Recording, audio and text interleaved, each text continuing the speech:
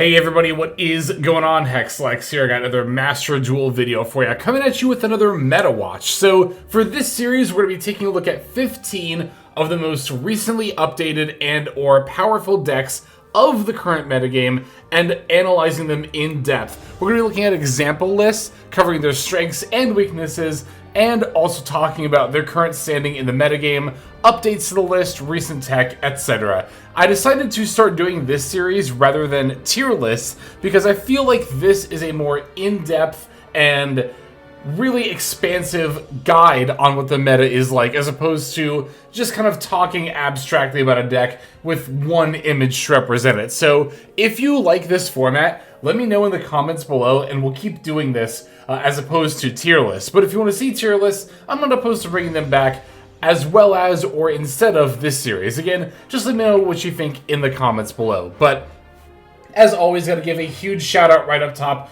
to our YouTube members and Patreon subscribers. Without your very generous support, it would not be possible for me to upload every single day on this channel. So if you're interested in getting exclusive and or early content, then go ahead and check out some links in the description below. You can join next to the subscribe button on YouTube to see content early, or see exclusive content 3 times a week over on patreon.com/hexlex. And either way, you're gonna get your name featured at the end credits of every video. All right. Now that we've got all that out of the way, let's get into the current metagame, breaking every deck down in depth. We're going to start right up top with what I think is not only the most popular, but also probably just the most powerful deck of the current metagame, and that is going to be K9 Vanquish Soul. So the K9 archetype is a very recent addition to Master Duel, as well as the follow-up Vanquish Soul support of Halisu and the field spell Vanquish Soul Start.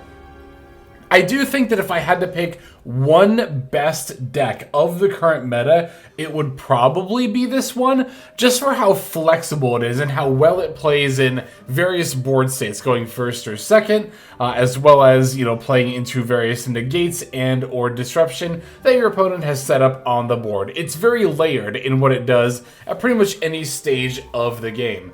That said, I don't think it's like a landslide best deck. Like, while I do think it is probably the strongest deck of the meta, it's not by enough that it's like tier 0 or anything. One of the bigger weaknesses of this variant, I think, is the fact that unlike pretty much any other deck in the current meta that is like tier 1 or 2, this deck is really reliant on multi-card combos in order to make plays. You know, we're so used to modern Yu-Gi-Oh decks only needing their one starter to go full combo, often even through a hand trap, but for K9 Vanquish Soul, what you're able to do is really dependent on what's in your hand.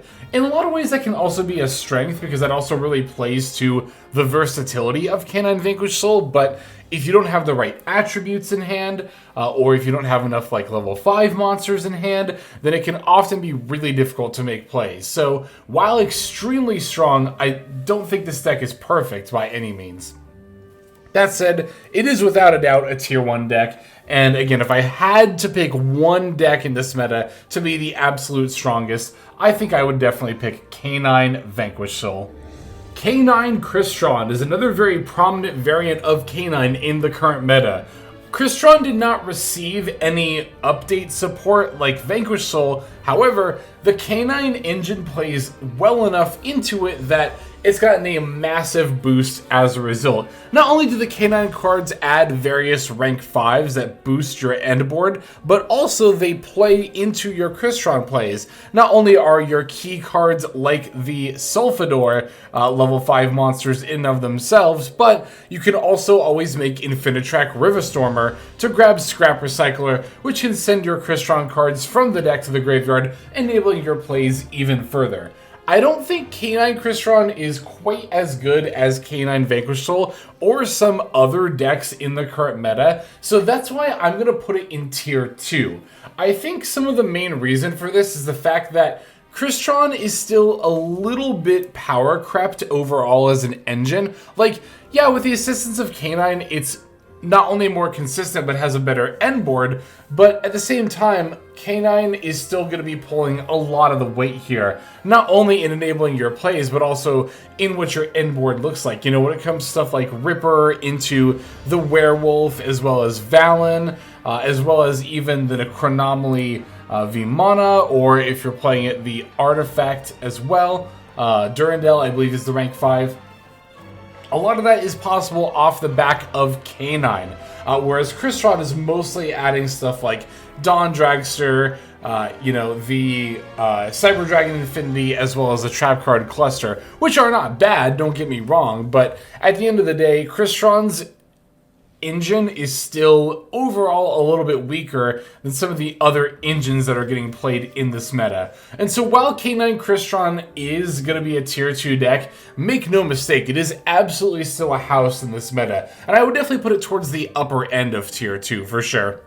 Mitsurugi K9 is a very interesting take on the pure K9 strategy. I think I would pretty much always rather play this rather than pure K9 because the Mitsurugi package doesn't take that much space and actually adds quite a bit when it comes to your end board as well as your consistency. You can bridge between them pretty well, so for that reason I think this deck is really solid, and it's also really flexible. The example I have shown here is more of a pure K9 deck with Mitsurugi added, but if you really wanted to, you could even spin it as more of a pure Mitsurugi deck and then just play Izuna and Lupus, as well as maybe if you really wanted to, a couple of other K9 cards, but mainly Izuna, Lupus, and a couple of rank 5s on top of pure Mitsurugi would also be an excellent way to try out this strategy. So I think regardless of how you approach it, this is going to be closer to tier 2.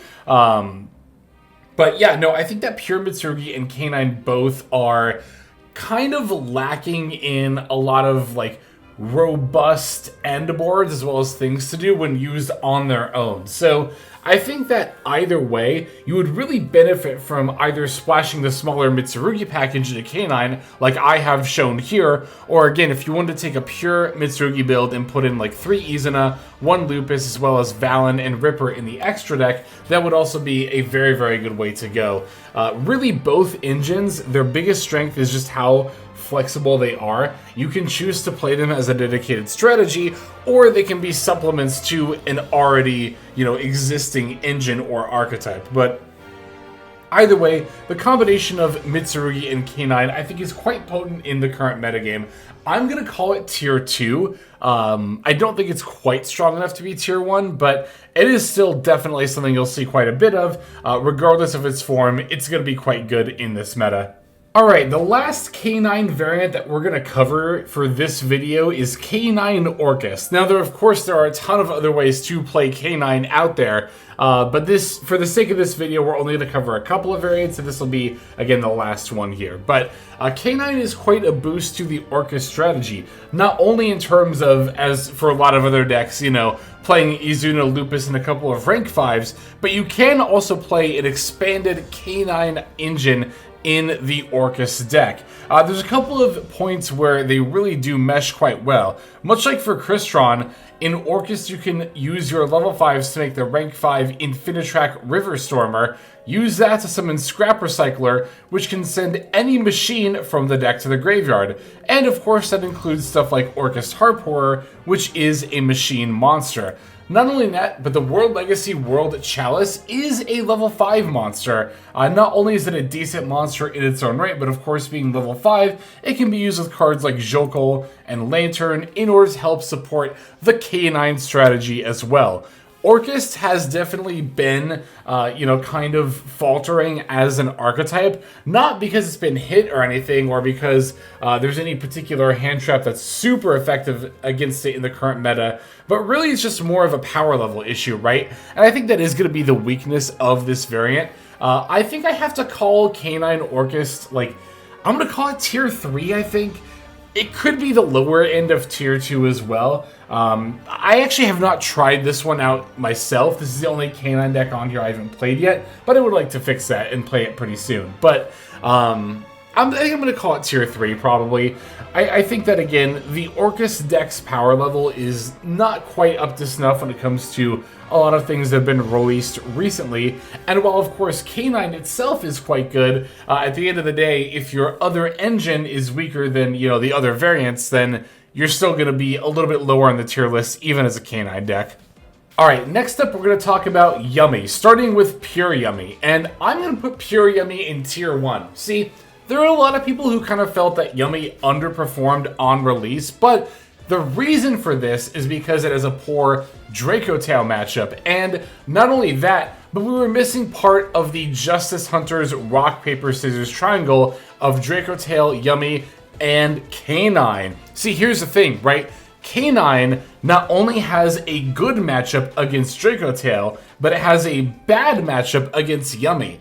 Part of the reason for this is because Yummy can often do its full combo line without activating any effects in hand, meaning that the Izuna won't ever get triggered on the K9 player's side, as opposed to Draco Tail, where Phimena is always activating in hand, and Izuna is always going to be live in that matchup. There are, of course, other factors at play as well, but that's a lot of the core reason of it right there. So, when it comes to Yummy in the current metagame, that's why I'm really comfortable calling even Pure Yummy tier 1, because K9 is really, really popular right now, which not only means that you will be seeing less Draco Tail, which is a poor matchup for Yummy, but now Yummy also has a lot of good matchups against the various K9 variants. So, for Pure Yummy here, we're even playing K9 Izuna in this deck. That's another huge buff that the recent update gave to Yummy. The K9 engine gives you plays against a lot of decks, including Draco Tail, which you had a poor matchup into before. Now, if they use Phimena against you, if you have Izuna in hand, you could in theory make a rank 5. So, yeah, even though Yummy didn't get any like new support in this update, the meta shift favored this deck very greatly. So, while I would call Yummy like lower on the end of tier 1 before, now I think it's very much like towards the upper end of tier 1 alongside something like Vanquish Soul K9. And of course, Mitsurugi Yummy is still a very prominent, popular, and powerful variant of the archetype that is also tier 1 as well as Pure Yummy.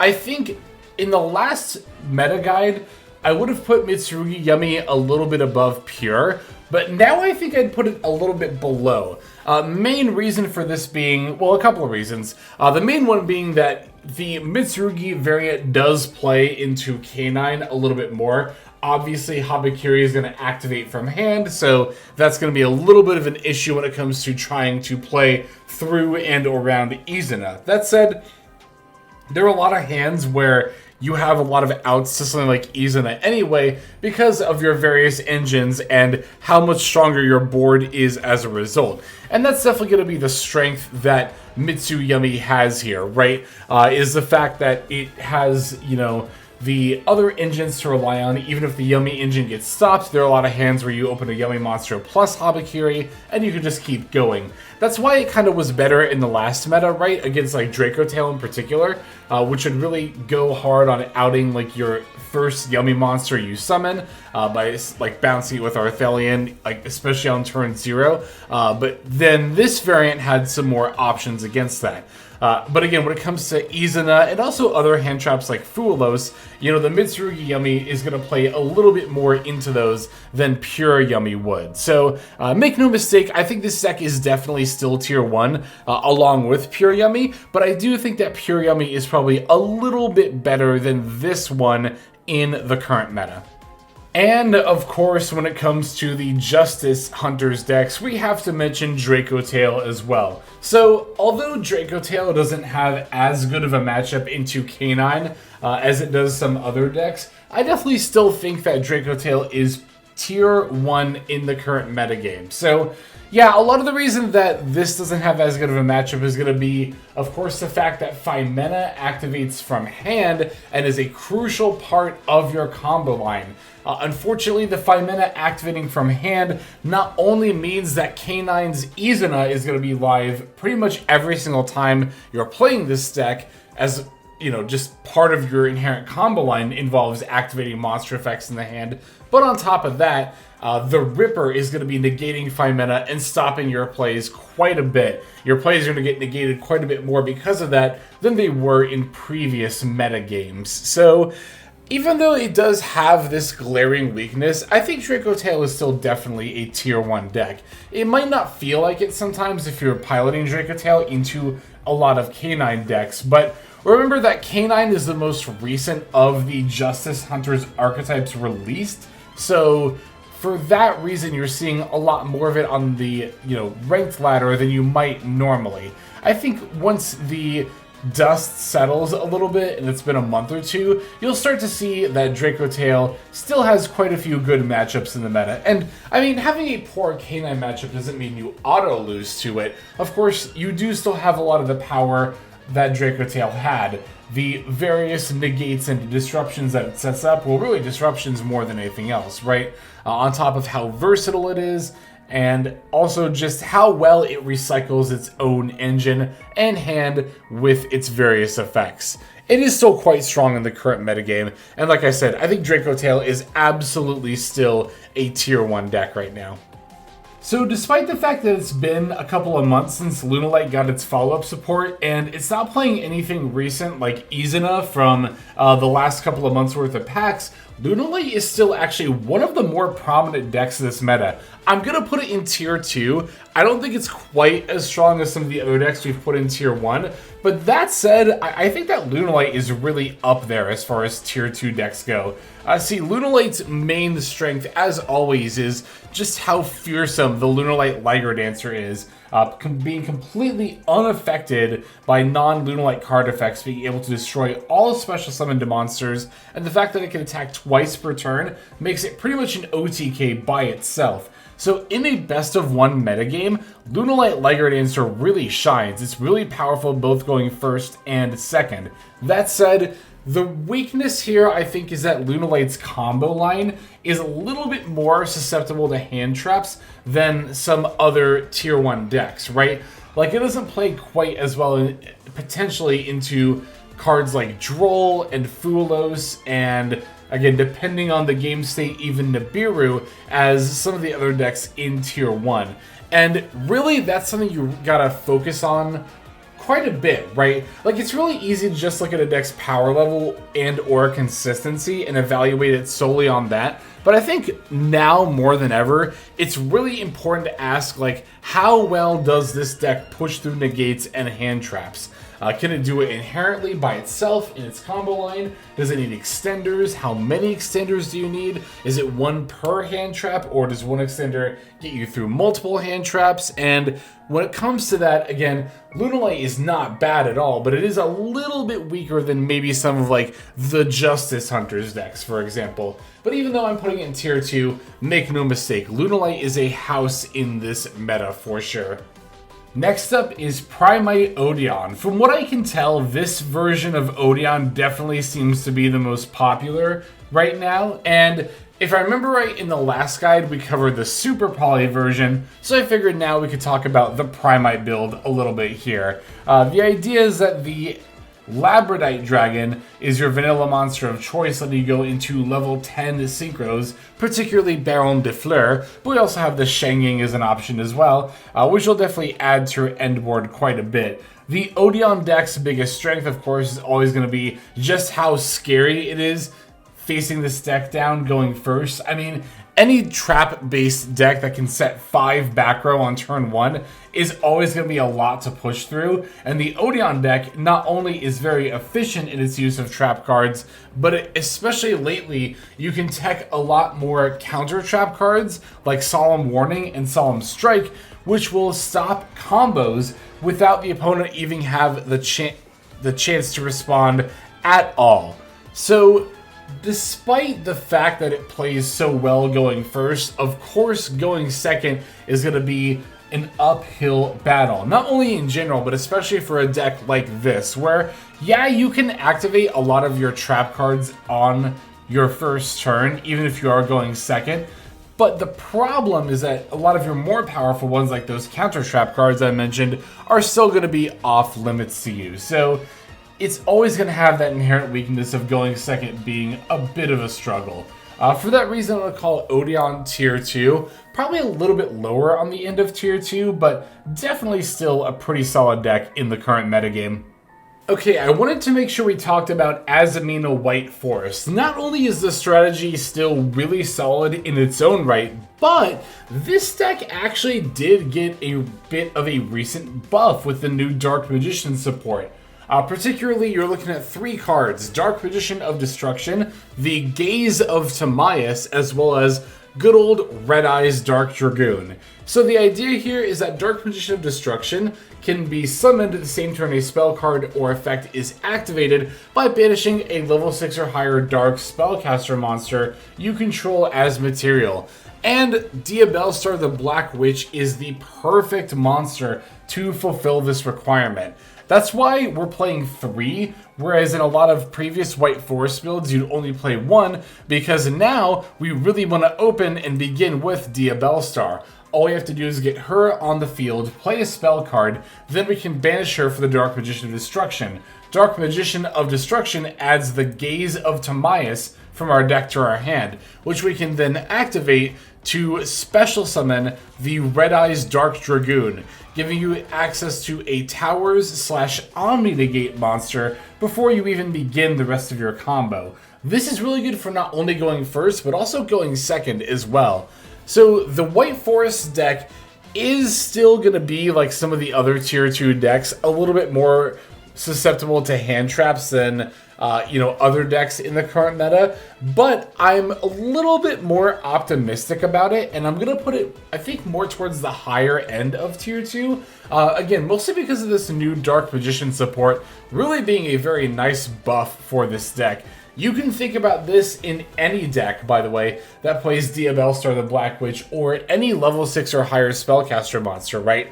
Could, in theory, go into a Red Eyes Dark Dragoon if you're willing to commit one slot in the main deck and a couple slots in the extra deck of space. But yeah, definitely really optimistic about White Forest in the current metagame for that reason. So Maliss hasn't really changed a lot since last we checked in on the deck. It is still suffering quite a bit from the consistency hits of pretty much all of its main deck starters going down to 1 copy, between the field spell, most of its main deck monsters, Gold Sark, cards like Allure. That has all hugely impacted the deck. That said, I'll throw this out there. I've seen quite a bit of success from Maliss in the recent Deckmaster Cups in particular. I've seen it be played even in Top Cut, making it to Top Cut quite a bit in the Deckmaster Cup and Challenger Cup tournaments. So while Maliss has suffered from consistency issues, it does still have a lot of the same power that it did before, right? The end board, the ability to push through hand traps once you've got a combo line established, can often, be more than the opponent can deal with. But again, the consistency hits have been quite noticeable, bringing Maliss down to Tier 3. I think you could make an argument for it being on the lower end of Tier 2, but I'm going to put it towards like upper Tier 3, I think. Alright, so Live Twin got its recent wave of support. 2 cards, the Leela Sweet and the Kissekeel Deal, a Link 1 monster as well as a new main deck monster, which I do think is enough to bring Live Twin back up to Tier 3. I think it definitely would have been considered a rogue deck before, and you could even make an argument for that now, but not only do these new cards give you a lot more push through hand traps, the Leela Sweet from hand can negate those, and also the Deal will give you a card draw if they activate effects in response to your Live Twin cards. So not only is there that buff, but also the Link 1 Kissekeel Deal opens you up for a lot more combo lines, including cards like Kissekeel Frost, which were previously only extenders, now able to act as starters. Very nice buff for a deck that was already pretty solid in the current metagame, giving it a lot more relevance as well. I think, like I said, I'm going to call the deck Tier 3. I think the deck is mostly lacking in power. Your inboard is, not bad at all. It's quite solid with, the Nightmare Griffin, the Fiendsmith setup, as well as, the Trouble Sunny. but at the end of the day, it's still kind of a limited number of interactions, and you'll lose harder to certain effects like board wipes, for example, than, you know, other decks that are higher up in the tier count would. So that's why I'm going to call it tier 3, but Live Twin definitely does really like its new support and is a lot more powerful as a result. While Spright didn't get any actual like new cards that support the strategy, it is a much more prominent deck because of the new campaign in Master Duel, the new and returning player campaign, which gives every player a free Spright deck. So you're going to be seeing it a lot more really for that reason alone. So Spright, I think a lot of you know already, is one of my favorite archetypes of all time. If I had to pick just one favorite archetype, it would be Spright. And as much as I love Spright, I think I can't really call it any higher than tier 3. And even though I'm going to put tier 3, I think it is lower on the end of tier 3. I think it is leaning more into Rogue. Now, make no mistake, decks that are in Rogue are definitely very much capable of hitting Master 1 and or topping tournaments. You just need a little bit more of a dedicated pilot. So while Spright kind of does fall into that category, make no mistake, the deck is very, very good. I think Spright's biggest strength overall as an archetype is the sheer amount of versatility, right? Like here, I'm going to show just like a pure Spright build that I really like on screen, but there's like, I mean, in my huge Spright guide that I posted earlier this week, we covered 15 different versions of Spright, and that wasn't even all of them. I would say there's probably closer to like 30, or if you want to get really creative, potentially even more. But regardless, the versatility of not only the number of variants, but even like a quote-unquote pure Spright deck like I have here, there are a lot of different ways you can play it as far as engine and off-engine. And like I said, that flexibility is really going to be your biggest strength as Spright. You are going to suffer a lot more, not only in terms of power level of your end board, but also the fact that your end board is not very layered at all. You're really weak to board breakers, right? Stuff like Forbidden Droplet, or in some game states, even like a Raigeki or something, is going to be a lot more devastating to Spright than some other decks. But I still really love Spright. It's still one of my favorite decks of all time, and I do think it is still quite solid in the current meta. Synchron is another deck that I'm quite fond of. I think Yusei Fudo is one of my favorite Yu-Gi-Oh! Anime characters, and Synchro Summoning is certainly my favorite among the extra deck summoning methods. And of course, Synchron got a wave of new support that was a huge buff to it. Synchron didn't really have many, if any at all, one-card combos beforehand. Now, not only do we have, I think, 5 different one-card starters in a build like this, but a few of them even have ways of protecting your junk speeder from being negated, which is a huge step up from where the deck is before. So while the current version of Synchron is definitely modernized for 2026, I don't think I can give it any higher than a Rogue power level rating, because the combo line is still going to be really weak to hand traps. It's still one of those really long, intensive combo lines where if you get disrupted early on, or even later at the wrong moment, you're just not going to be able to follow up with really any amount of, you know, recovery plays.